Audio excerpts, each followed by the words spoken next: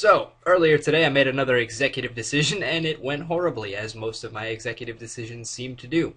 I was really sick of the ice biome. I was like, you know what? Fuck it. I don't like Antarctica anymore. I just don't like it at all. So I'm going to find water where there is no ice and I'm going to swim in that direction until I find something.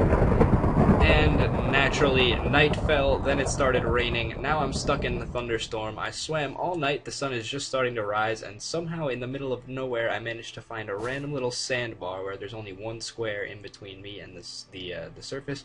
But there is hope yet, because over there, as I try to talk over the thunder, there is actually a tree, and it looks like it is a tree without ice on it, and I'm pretty sure I came from that direction, although when I stopped to start the recording, I'm not really sure. So we are going to swim towards the land. It looks promising. It looks like over there may be even more land masses, as you can see by me peeking under the water. Found one tree on a small island. I don't know how the fuck this is possible, but I guess I'm just going to keep swimming until something appears, and at that point I'll let you guys know what happens.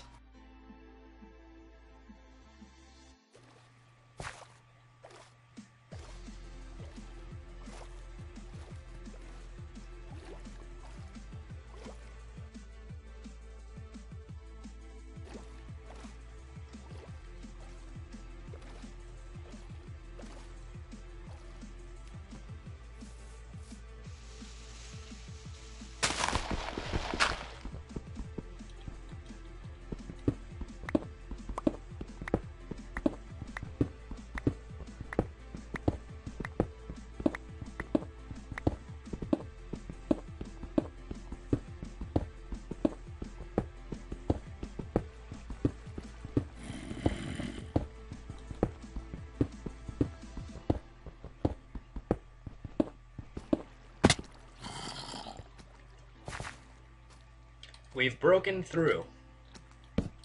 I don't like the sound of whatever is coming from near me, but this place looks promising.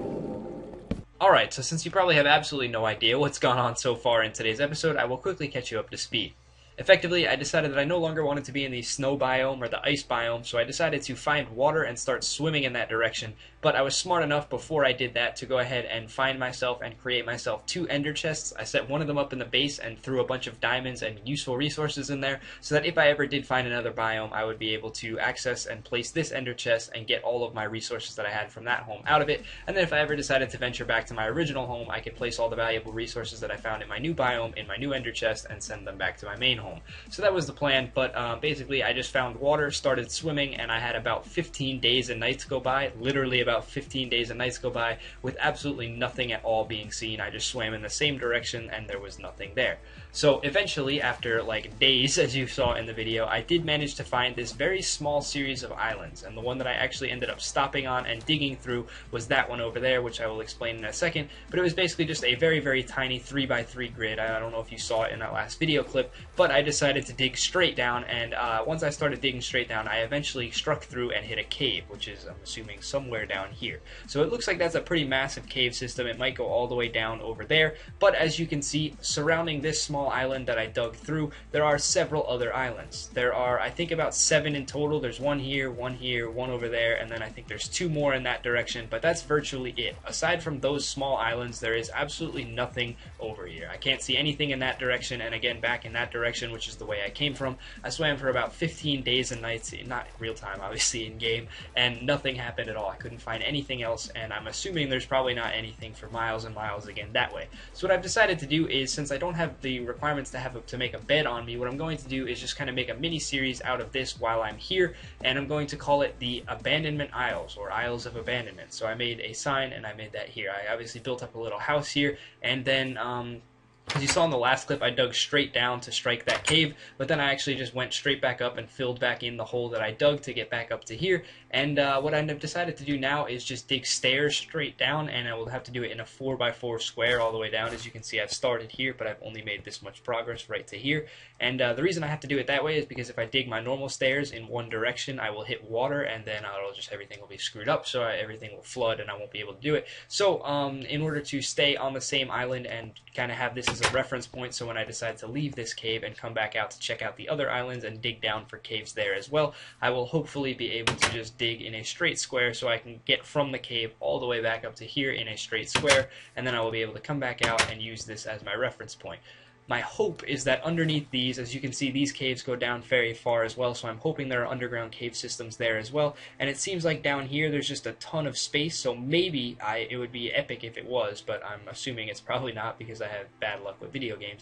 But the cave system actually comes down into the middle, and under here is just a massive cave system. Maybe there's some mine shafts, some ravines, something like that. But if all of these small islands were connected underground somehow by some underground cave that was just a massive cave system, and I managed to find it by swimming 20 days in the same direction, I feel like that's absolutely epic, and that deserves to be a separate series. So what I'm going to do is stop the Minecraft survival adventure now, since I sucked at surviving anyway, and I'm just going to turn this into a mini-series where I try to excavate as much of these as possible and see if these caves connect at all. I'm just going to try to get as many resources as possible, and also it's going to be fairly difficult to survive because all I have on me is 4 cooked food, and obviously there are no animals on any of these islands because they're not, like, there's no land, there's no trees, there's nothing like that. So with the wood I have in my inventory, the supplies I have in my inventory, I'm going to have to last for as long as possible, and obviously that means I'm going to have to rely on zombie flesh to eat to stay alive, and that even increases your hunger, so it's going to be very difficult. I'm going to see how long I can survive, and I'm not going to set up a bed, obviously, because I don't have any wool,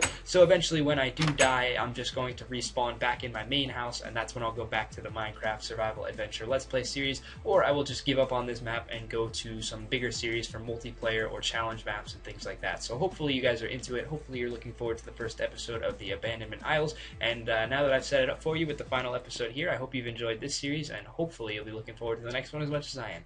Thanks a lot for watching, guys, and I will see you with episode 1 of Abandonment Isles.